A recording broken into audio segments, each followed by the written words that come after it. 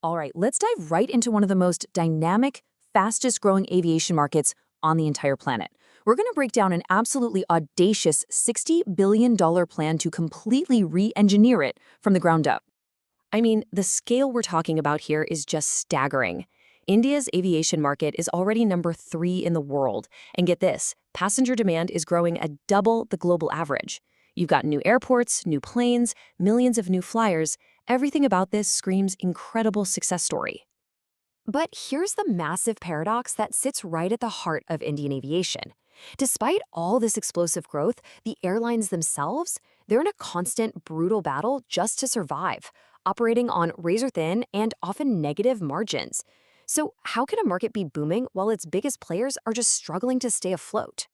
And this chart just lays it all out, plain and simple. On one side, you have this massive bar for passenger growth just shooting for the sky, and on the other, look at that tiny, almost flat bar for airline profitability. That gap you see, it's not just a statistic, it reveals a high-growth market that's been built on a fundamentally broken foundation.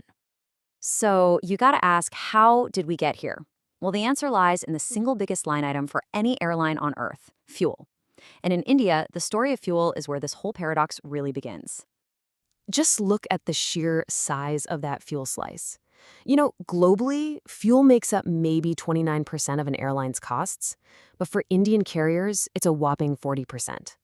That massive difference, that extra 11%, is the financial ball and chain that's holding the entire industry back. So you'd think the problem must be a lack of fuel, right? Nope, not at all. India is actually a major refining hub. It produces more than enough jet fuel for its needs. The real issue is this bizarre, kind of weird pricing distortion that's baked right into the system. Okay, so this distortion is called import parity pricing. To get your head around it, just imagine you grow tomatoes in your own backyard.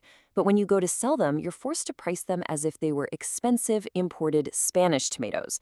That makes no sense, right? Well, that's pretty much what happens with jet fuel in India. Airlines have to pay a price based on what it would cost to import fuel, not what it actually costs to make it right there at home. And believe it or not, that artificial pricing is only half the story. On top of that, you have these layers of taxes, central duties, and crucially, state-level taxes called VAT that can go as high as 30%.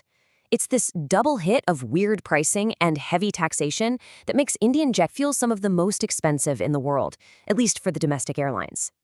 So, the big question is, how on earth do you fix a system this fundamentally broken? Well, there's a new blueprint on the table. It's called